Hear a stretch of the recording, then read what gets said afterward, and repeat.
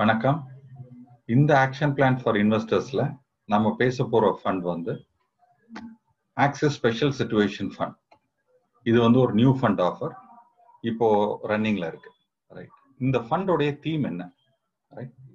Special சிச்சுவேஷன்ஸ்னா என்னதுங்கிறது நம்ம முதல்ல புரிஞ்சுக்க வேண்டியிருக்கு. நிறைய சிச்சுவேஷன்ல என்ன ஆகும்னா மேபி ரெகுலேட்டர்னாலேயோ இல்ல புது பிசினஸ் மாடல்னாலேயோ இல்ல சேஞ்சிங் கன்சியூமர் பிஹேவியர்னாலேயோ இல்ல குளோபல் இவெண்ட்ஸ்னாலேயோ இந்த மாதிரி நிறைய ரீசன்கள்னால மேபி ஒரு அன்யூஷுவலான சினாரியோஸ் வரலாம். ரைட். இதை வந்து இந்த ஸ்பெஷல் சிச்சுவேஷனை தமிழ்ல சொல்லணும்னா மேபி புரட்டி போடுற மாதிரி ஒரு சிச்சுவேஷனா இருக்கலாம். ரைட். இதுல வந்து நிறைய கம்பெனிஸ் வந்து they will find it tough to adopt, but சில companies it may become a very big kind of an advantage. Right. அந்த மாதிரி எந்தெந்த கம்பெனிக்கு எல்லாம் இந்த ஸ்பெஷல் சிச்சுவேஷன் வரையில அட்வான்டேஜஸா அவங்களால அதை மாத்திக்க முடியுதோ அந்த மாதிரி ஸ்டாக்ல பார்த்து இன்வெஸ்ட் பண்ணக்கூடிய ஃபண்ட் தான் இந்த பர்டிகுலர் ஸ்பெஷல் சிச்சுவேஷன் ஃபண்டினுடைய நோக்கம். ரைட். இதுல என்னன்னா இந்த ஸ்பெஷல் சிச்சுவேஷன் வரையில பங்கு சந்தையிலயோ இல்ல அனலிஸ்டோ நிறைய பேர்னாலும் இதை புரிஞ்சுக்க முடியாது. இது எவ்வளவு தூரத்துக்கு இதை மாத்தும், இது பிளஸ்ஸா மைனஸா ஃபேவரபிளா அகெயின்ஸ்டான அவங்களால கண்டுபிடிக்க முடியாது. அதனால என்ன ஆகும்னா financial markets they actually find it tough and they are very slow in recognizing this disruptive innovations. Right. அது என்ன மாதிரி எல்லாம் இதுவரைக்கும் இருந்திருக்குன்றது நான் ஸ்லைட்ஸ்ல காமிக்கிறேன். அதே மாதிரி இந்த புரிஞ்சுக்க முடியாதனால என்ன ஆகும்னா மார்க்கெட் வந்து அந்த மாதிரி ஸ்டாக்ஸை கண்டுக்காம விட்டுரும். ஆக்சுவலா ஒரு மேஜர் ஒரு டெக்டானிக் ஷிஃப்ட்னு சொல்லுவீங்க இல்லையா, அந்த மாதிரி வந்து கிரவுண்ட் லெவல்ல மேஜரா சேஞ்சஸ் நடந்துகிட்டு இருக்கும். பட் மார்க்கெட்ல அது பெருசா கேப்சர் ஆயிருக்காது. பட் அந்த மாதிரி ஸ்டாக்கை நம்மளால முதல்லயே பார்த்து இன்வெஸ்ட் பண்ண முடியும் அப்படின்னு சொன்னா then it is going to give us a good kind of a return. இந்த பர்டிகுலர் நியூ ஃபண்ட் ஆஃபரோட objective is to identify such stocks with special situation and then invest into it. Right. இதுல இந்த portfolio எப்படி build பண்றாங்கன்னா நம்ம நார்மலா special situation எப்படி பண்ணுவோம், மேபி ஒரு ஈவென்ட் பேஸ்டா இருக்கலாம். ஒரு எலெக்ஷன் வருது, இல்ல ஒரு நியூ சிஸ்டம் ஒன்னு செட்டப் ஆகுது, இப்போ ஜிஎஸ்டி மாதிரி வருது. ஸோ அந்த மாதிரி இவெண்ட் வரையில அதுல யார் யாரெல்லாம் வந்து பெனிஃபிட் ஆறாங்கன்னு பார்த்து இன்வெஸ்ட் பண்றதுதான் நம்ம ஸ்பெஷல் சிச்சுவேஷன் நினைச்சிட்டு இருப்போம்.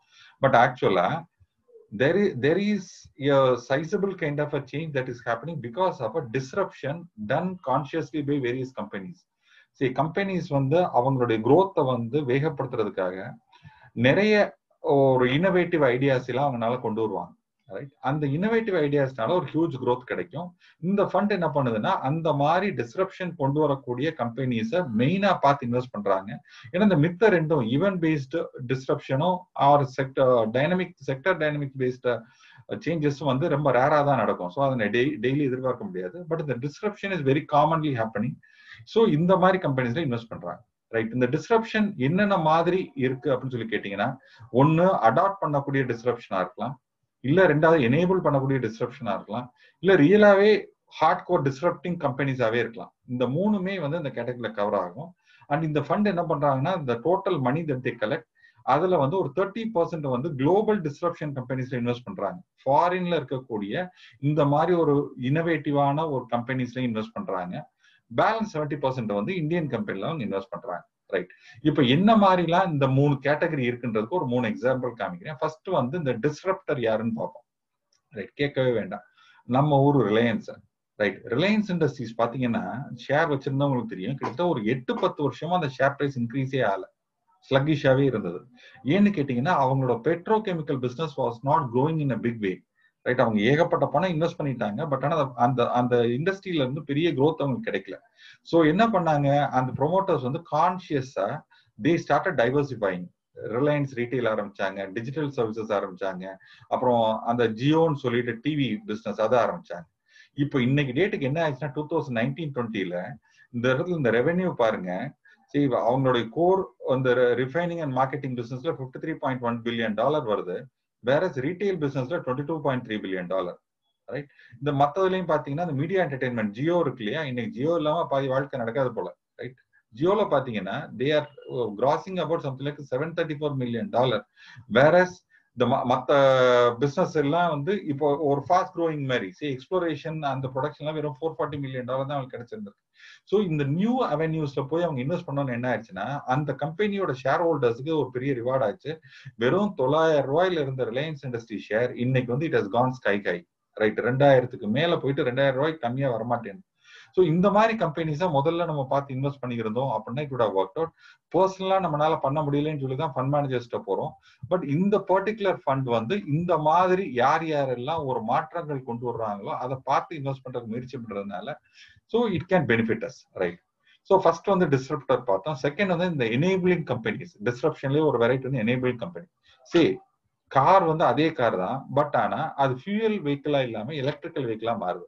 ஸோ இந்த எலக்ட்ரிக்கல் வெஹிக்கிளுக்கு தேவைப்படக்கூடிய காம்பனன்ட்ஸ் பூரா யார் யார் மேனுஃபேக்சர் பண்றாங்க அந்த கம்பெனிஸ் பூரா, say for example Samsung STI or Texas instrument or IPG photonic, so இந்த மாதிரி கம்பெனிஸ் பூரா they are actually going to contribute in a big way for the electrical cars and world.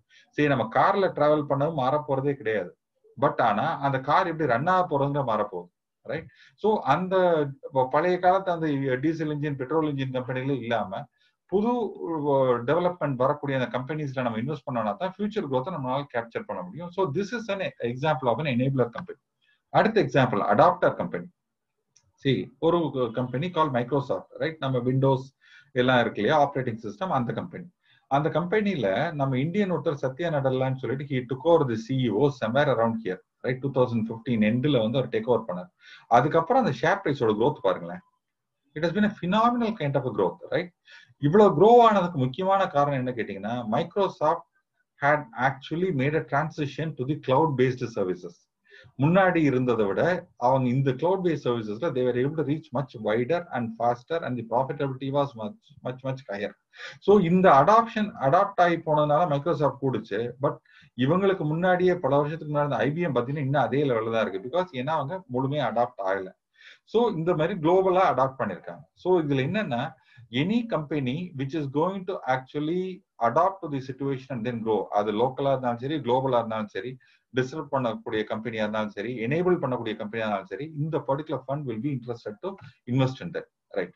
இப்போ இதெல்லாம் சரி, Microsoft எல்லாத்தையும் சொல்லிட்டோம். But லோக்கல்ல அந்த மாதிரிலாம் கம்பெனி இருக்கா அப்படின்னு சொல்லி பார்த்தா நம்ம கண்ணுக்கு முன்னாடி நிறைய இண்டஸ்ட்ரீஸ் இருக்கு.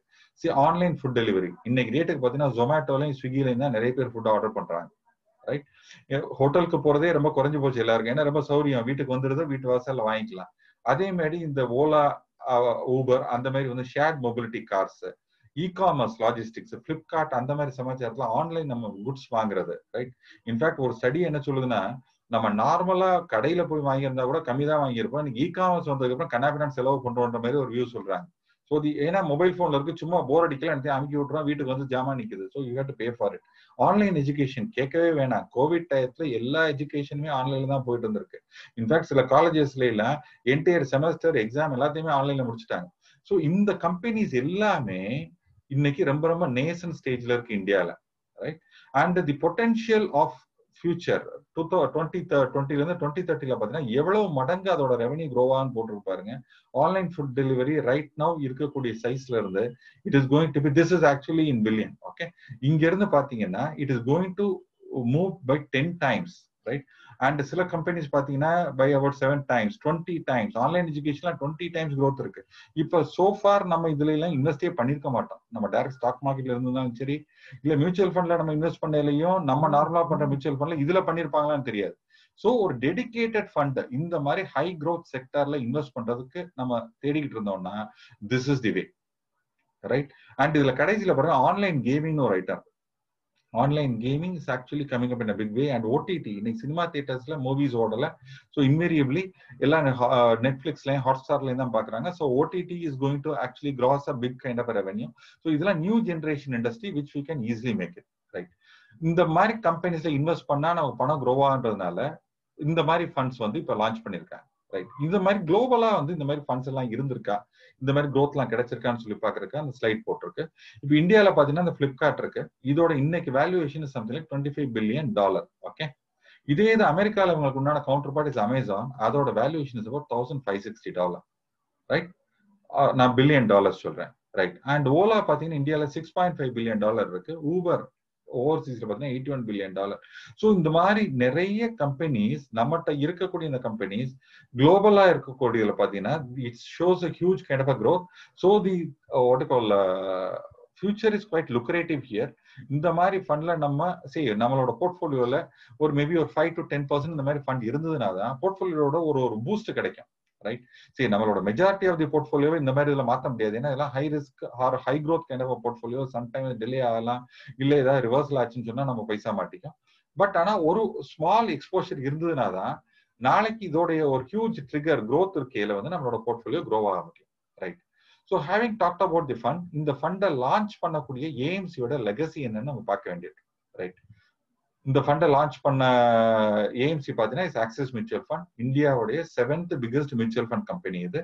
They manage about 1,54,000 crores and they have a good track record across categories. Right. ஈக்விட்டினாலும் சரி, பாண்ட்னாலும் சரி, டெட்னாலும் சரி, எல்லாத்தையுமே they have a very good kind of a track record. And இந்த ஃபண்டை மேனேஜ் பண்ண போறவங்க யார் பார்த்தீங்கன்னா, one by name mister Ashish Nayak அப்படின்னு சொல்லிட்டவங்க. Is a BE MBA and he has a 13 years experience. And அவரோட சேர்ந்து அசஸ் பண்ணக்கூடிய அனலிஸ்ட் வந்து பார்த்தீங்கன்னா பை நேம் ஹிதேஷ் தாஸ் அப்படின்னு சொல்லிட்டு. ஸோ அவர் he's an MTech and IIM லக்னோவில் அவர் படிச்சிருக்காரு. And he has a 9 years experience. ஸோ Axis Special Situation Fund is one which is going to take advantage of the disruptions that is going to happen going forward and that is going on right now. The NFO period பார்த்தீங்கன்னா 4th December தான் open ஆகுது. And open ஆயிடுச்சு நேத்து. And it is open till 18th December. So if you wish to invest, you can invest with a physical application and check. இப்படிதான் ட்ரெடிஷனலா பண்ணிட்டு இருப்போம். But இன்னைக்கு new generation investors எல்லாரும் பார்த்தீங்கன்னா ஆன்லைன் பேங்கிங் வச்சிருக்காங்க. ஆன்லைன்ல இன்வெஸ்ட் பண்ணணும்னா இந்த லிங்கை டைப் பண்ணிட்டு ஆப் மூலமா நீங்க தாராளமா இன்வெஸ்ட் பண்ணலாம். And if you have any query regarding this particular fund, feel free to call on us. We can always clarify. Thank you so much and please spread the message. இது பல பேருக்கு share பண்ணுங்க. யார் யாருக்கும் உபயோகப்படுமோ let them also make use of it. Thank you very much. Nice of you.